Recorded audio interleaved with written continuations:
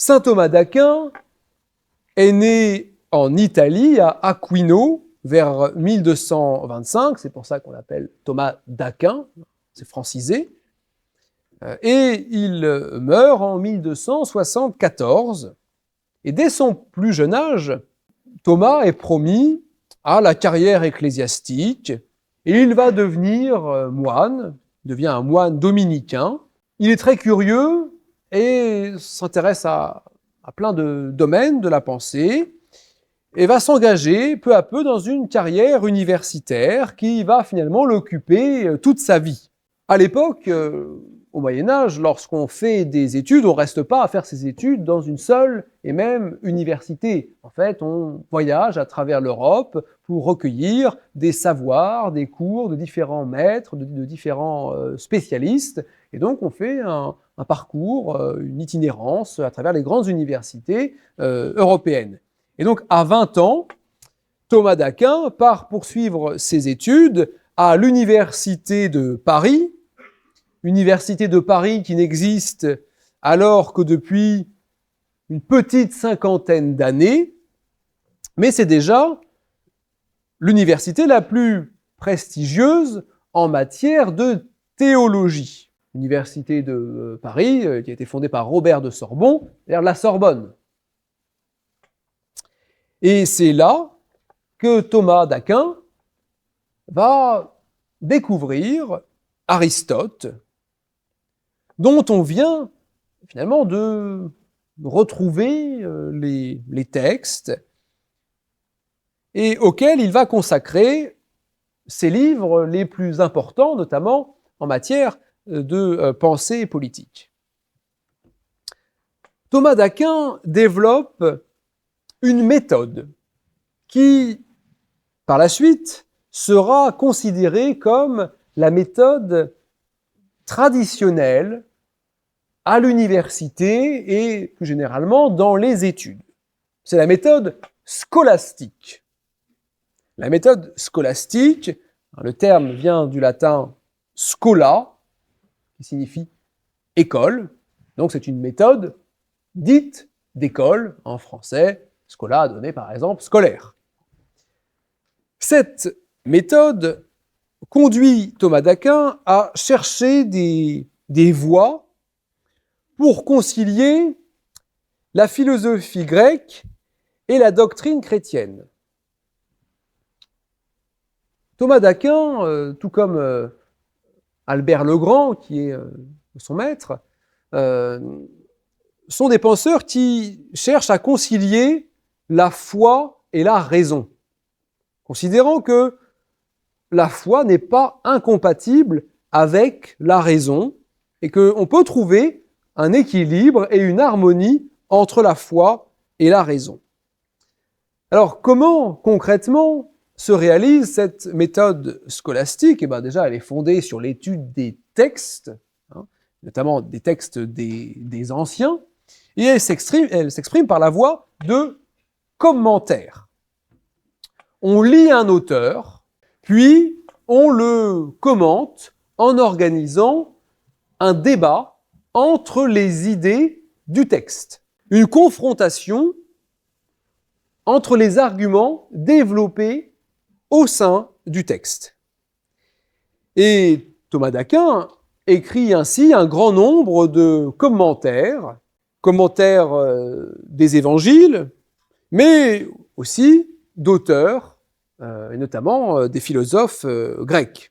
Donc c'est une méthode qui vous est assez familière à l'université ou encore aujourd'hui. Bien sûr, le commentaire de texte, quel que soit le texte, a bien sûr une importance singulière et permet à la fois de comprendre la pensée d'un auteur, mais également de le mettre en perspective, d'en comprendre la portée, la réception, de le critiquer, de le comparer avec d'autres auteurs. Donc, vous voyez, il y a tout un esprit critique qui peut se développer à travers le commentaire. Alors, le commentaire, ce n'est pas juste l'explication du texte. Ça, c'était justement la méthode dominante, celle, par exemple, utilisée par les glossateurs Les premiers juristes qui ont redécouvert le droit romain, ils faisaient de la glose, c'est-à-dire qu'ils expliquaient presque mot à mot, finalement, les passages du droit romain, et il y avait juste une recherche de définition. Voilà, tel mot signifie telle idée, mais sans forcément prendre de la hauteur sur l'ensemble du texte, sans essayer de le remettre en perspective, de le confronter à d'autres idées, de le critiquer, etc. C'est pour ça que ce n'est pas simplement de l'explication de texte, de la lecture brute de texte où on considère que tout ce que dit l'auteur, justement, est parole d'évangile et on doit se soumettre à cette perspective, mais au contraire, on se met dans la position d'un étudiant, d'un chercheur, d'un penseur qui a un regard distancié, objectif, sur le texte. Et c'est ainsi que les savoirs se construisent avec des commentaires de plus en plus développés, sophistiqués, où des idées nouvelles, des concepts sont apportés.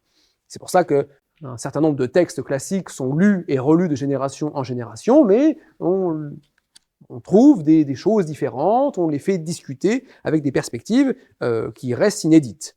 Alors parmi les livres les plus importants de Thomas d'Aquin, on trouve la Somme théologique, Alors je vous l'ai dit, Thomas d'Aquin christianise en quelque sorte la pensée d'Aristote. Et ça, c'est quand même un apport considérable et la preuve d'une ouverture d'esprit absolument remarquable.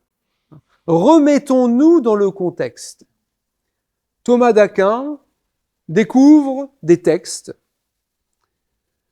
dont, en fait, il ne connaît rien de l'auteur. D'ailleurs, dans ses commentaires, Thomas d'Aquin parle du philosophe. Il dit le philosophe, il ne dit pas Aristote. Il ne sait pas, en fait, véritablement qui est Aristote. Il n'a pas des livres d'histoire de la philosophie dans lesquels il peut piocher pour savoir qui est Aristote. Non. Il est face à une matière brute. Et ces textes lui parlent d'un monde qui a entièrement disparu. On a vu ensemble la pensée d'Aristote. Aristote, on est dans le contexte de la démocratie athénienne. On est dans le contexte de la formation des monarchies hellénistiques, puisque Aristote est le maître d'Alexandre le Grand. Bon, c'est un monde qui n'a rien à voir avec l'Europe médiévale. C'est un monde où le christianisme même n'existe pas, qui parle d'institutions politiques, de valeurs, de croyances, de morale, qui sont complètement englouties. Donc un premier réflexe un peu brutal pourrait être de considérer que ce livre est hérétique, et qu'il faut brûler ces œuvres qui sont contraires à la parole divine, puisqu'il parle d'un monde, finalement, pré-chrétien. Or, Thomas d'Aquin, justement, et ça montre toute son ouverture d'esprit, toute son intelligence, va s'intéresser de près au texte, et plutôt que de rejeter Aristote, il va voir comment est-ce qu'il peut importer en quelque sorte dans le christianisme, dans la doctrine chrétienne, les grands principes d'Aristote, et notamment d'un point de vue politique. Et c'est pour ça que c'est une synthèse remarquable. Thomas d'Aquin commence par reprendre à son compte l'idée suivant laquelle l'homme est un animal politique. La grande idée d'Aristote, l'homme est un animal politique et la cité est une donnée naturelle. La cité est issue de la nature humaine. Alors, ça, ce n'est pas rien pour l'époque. Dans la pensée chrétienne, la cité est mal vue. La cité était perçue comme le produit du péché originel. La cité terrestre n'est pas une communauté de vie que l'homme est contraint de supporter, comme disait saint Augustin. La cité n'est plus, si vous voulez, un mal nécessaire. Au contraire, Thomas d'Aquin rend à la cité une fonction positive, comme chez les Grecs, où la cité n'était pas un fardeau, mais au contraire, un chemin d'émancipation. La cité permet de garantir la paix entre les hommes. Et la cité peut même être un moyen, justement, pour accéder à une forme de bonheur. Alors au sujet du caractère volontaire de la cité, Thomas reprend à son compte l'enseignement d'Aristote, mais insiste sur un point. Certes, la cité est naturelle, mais elle ne se forme pas pour autant de manière purement instinctive. Thomas d'Aquin montre qu'il y a une part de volonté dans la formation d'une cité. La cité est voulue par chacun de ses membres, elle est consentie. Il faut vouloir faire partie de la communauté. Si vous ne voulez pas faire partie de la communauté, vous n'allez pas pouvoir être un bon citoyen. Vous n'allez pas pouvoir servir la cité et la cité ne va pas pouvoir vous apporter. Donc, en insistant sur ce point, Thomas d'Aquin met en lumière un élément conventionnel dans le politique. Un élément conventionnel dans la formation de la cité. Et il montre qu'à l'origine, les hommes sont libres. Sont libres et, par conséquent, si on veut aller plus loin, sont libres et doivent demeurer libres au sein de la cité. Thomas d'Aquin reprend aussi Aristote pour rappeler que le pouvoir existe par nature. Le pouvoir existe par nature. Dès lors, il peut parfaitement se concevoir indépendamment de la religion. Or, vous l'avez constaté, les liens entre politique et religion sont extrêmement étroits à l'époque médiévale. Donc, considérer que le politique, finalement, peut être autonome vis-à-vis du religieux, ce n'est pas une idée anodine à l'époque. Donc, saint Thomas d'Aquin rompt avec les thèses théocratiques que nous avons évoquées ensemble et qui s'imposaient jusqu'alors, que ce soit la théocratie royale ou la théocratie pontificale. Pour Thomas d'Aquin, ce n'est pas le sujet. C'est pour ça que c'est une rupture. C'est pour ça qu'on passe de l'augustinisme politique à l'aristotélisme politique. C'est vraiment majeur. Alors pour autant, le pouvoir peut-il exister contre la volonté de Dieu? Le pouvoir est autonome, mais peut-il exister contre la volonté de Dieu? Évidemment non. Il n'est pas hostile à saint Paul, tout pouvoir vient de Dieu. Mais selon Thomas d'Aquin, qui reprend à cet égard, voilà, un raisonnement classique, l'autorité procède de Dieu, mais il ajoute un correctif, et ça c'est très important, il va en quelque sorte compléter la formule de saint Paul. Thomas ajoute simplement 2 mots à l'expression de saint Paul: tout pouvoir vient de Dieu, mais par l'intermédiaire du peuple.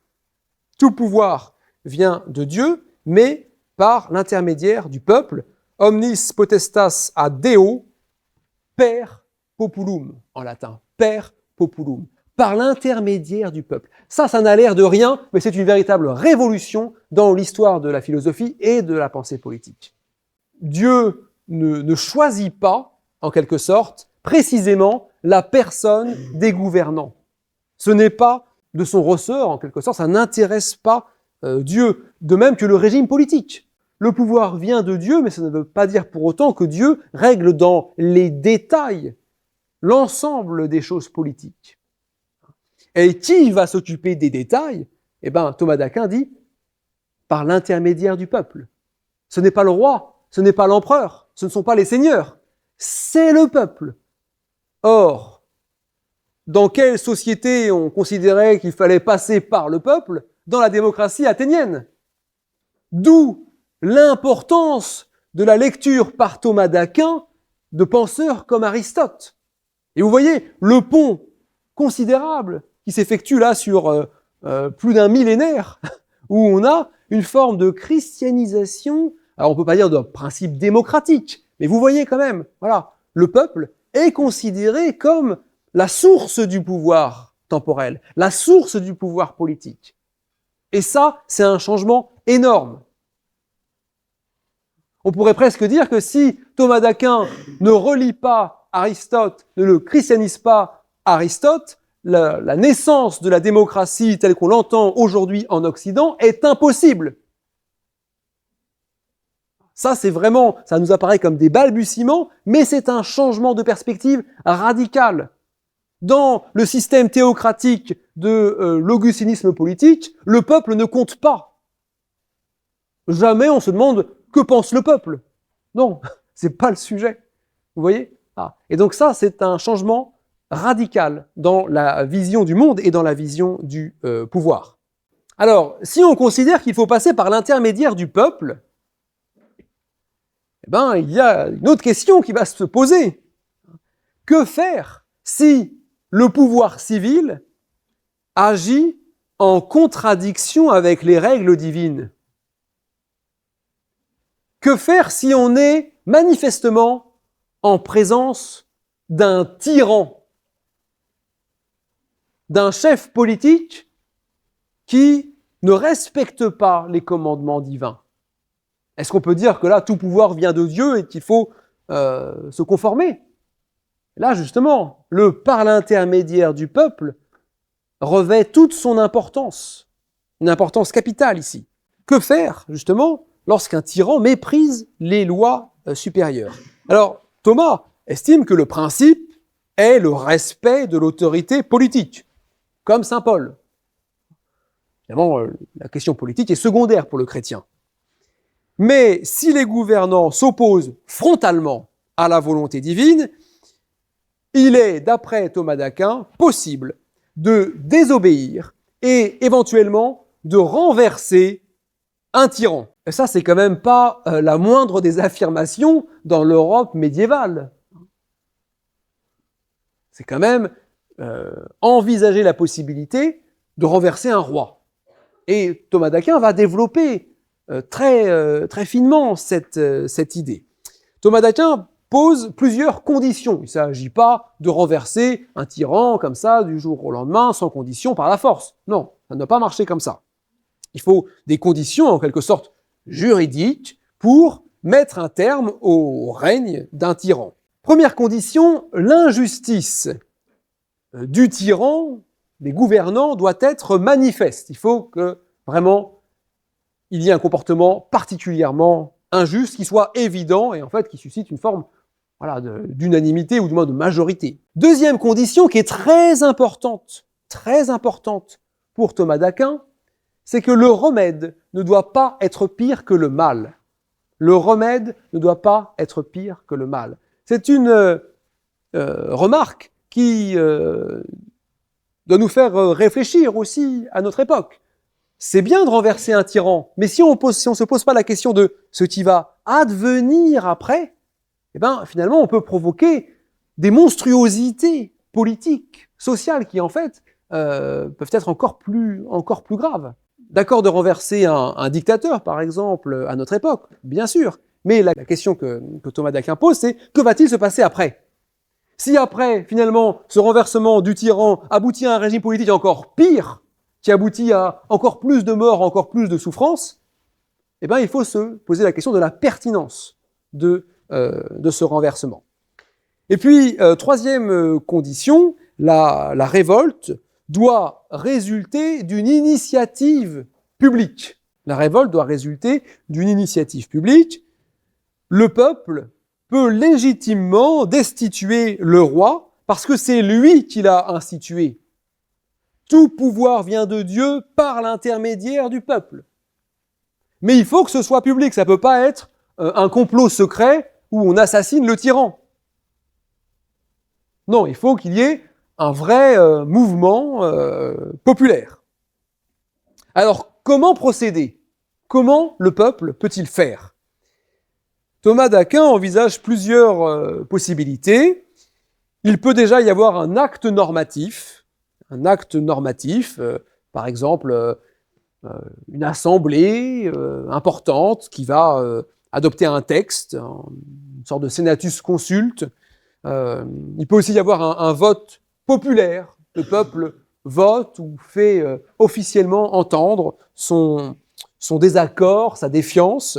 Mais il peut aussi y avoir un acte d'une autorité supérieure. Thomas d'Aquin considère que il peut y avoir en quelque sorte ce qu'on appellerait un droit d'ingérence. Par exemple, le pape interviendrait pour renverser un tyran. Un pape viendrait déposer un roi.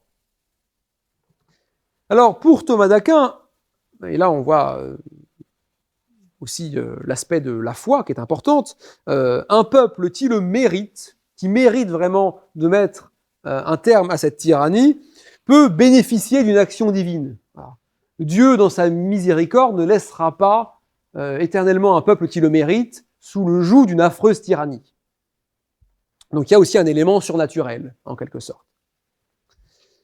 Alors une chose est certaine dans la pensée de Thomas d'Aquin, et pourtant là encore il va être lu d'une manière radicalement différente, instrumentalisée, mal interprétée. Une chose est certaine pour Thomas d'Aquin, un individu isolé ne doit pas de sa propre initiative renverser un tyran, un monarque indigne. C'est pas quelqu'un qui se dit un tel est un tyran, je vais le tuer. Non, ça c'est pas possible. Il faut respecter ces conditions, il faut que ce soit public. Or, de nombreux assassinats politiques ou tentatives d'assassinat ont été justifiés dans l'histoire en utilisant la théorie de Thomas d'Aquin et en faisant passer ces assassinats pour des tyrannicides. Or, vous voyez toute la part de subjectivité qu'il y a, justement, c'est ce que Thomas d'Aquin ne veut pas. Vous pouvez considérer qu'une personne est un tyran, mais si le reste de la population considère que ce n'est pas un tyran, ben, quelle est votre légitimité par rapport aux autres?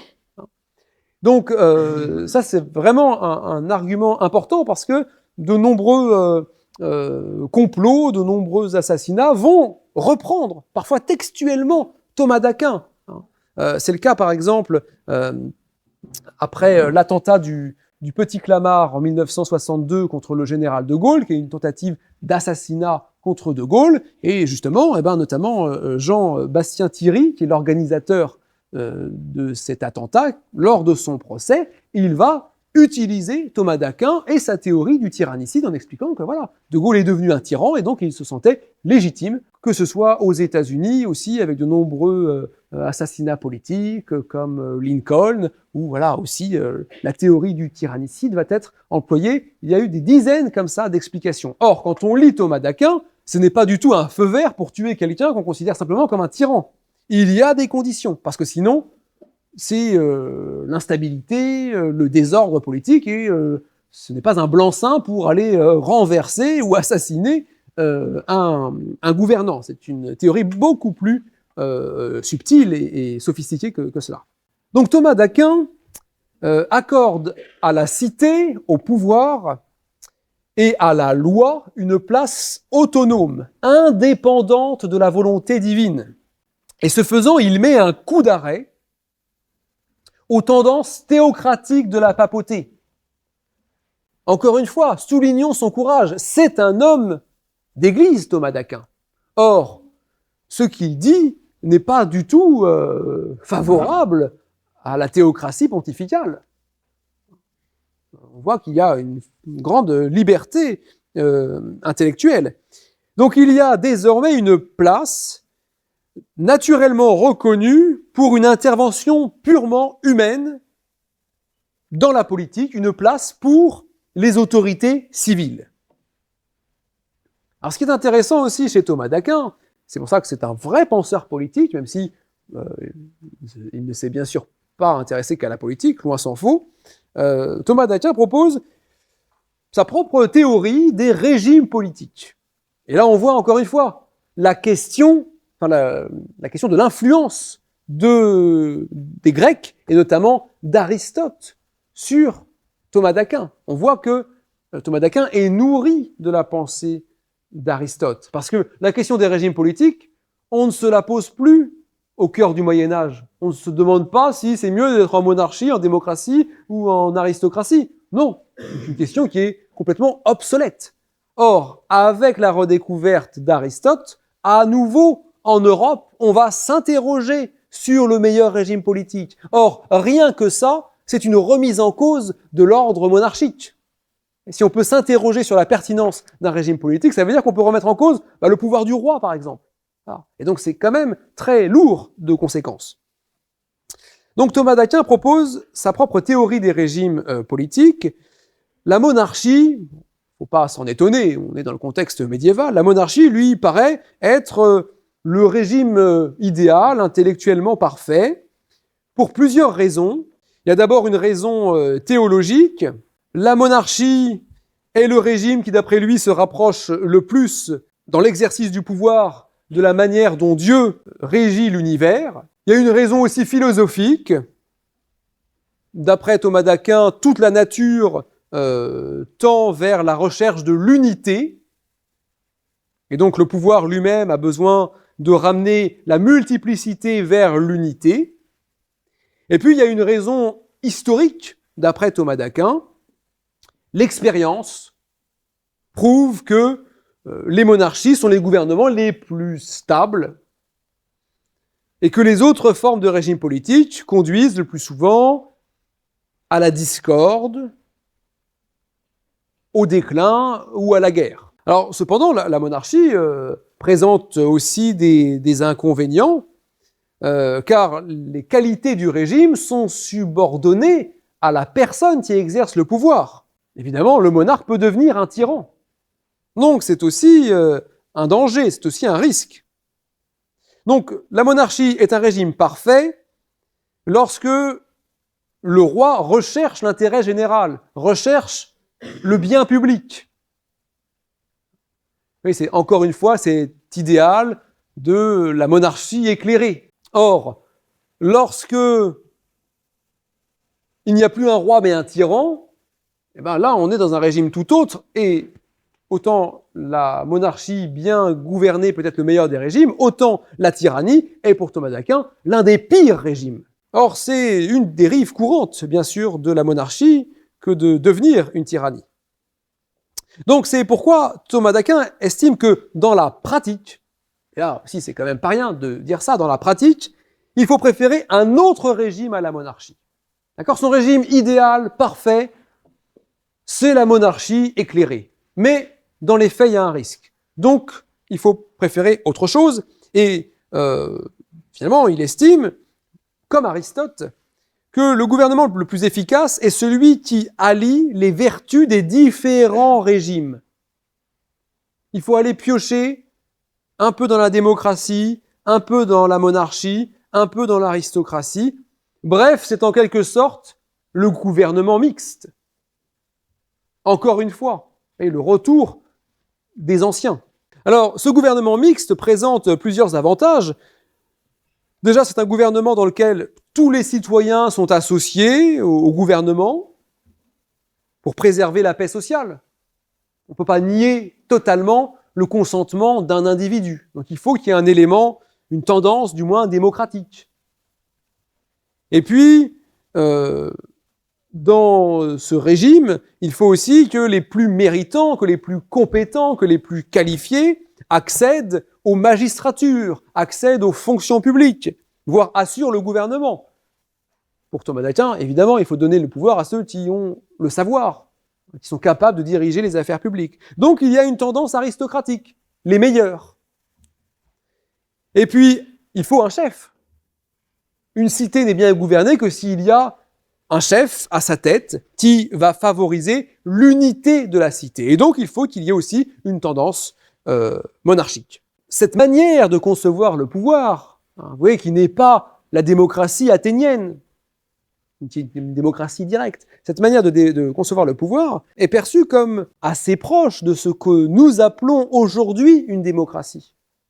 C'est-à-dire, il y a des élections, il y a des concours pour la fonction publique ou des élections pour désigner les élus. Donc il y a aussi un élément aristocratique. Et puis au final, il y a quand même un chef qui supervise, même provisoirement, les choses pendant une certaine durée. Et nous, on appelle ça une démocratie. Alors que pour les Grecs, c'est pas une démocratie. Donc en fait, ce que nous appelons une démocratie est assez proche de ce que décrit Thomas d'Aquin. Et même assez proche presque, si on veut pousser un peu la comparaison, de la Ve République. Voilà.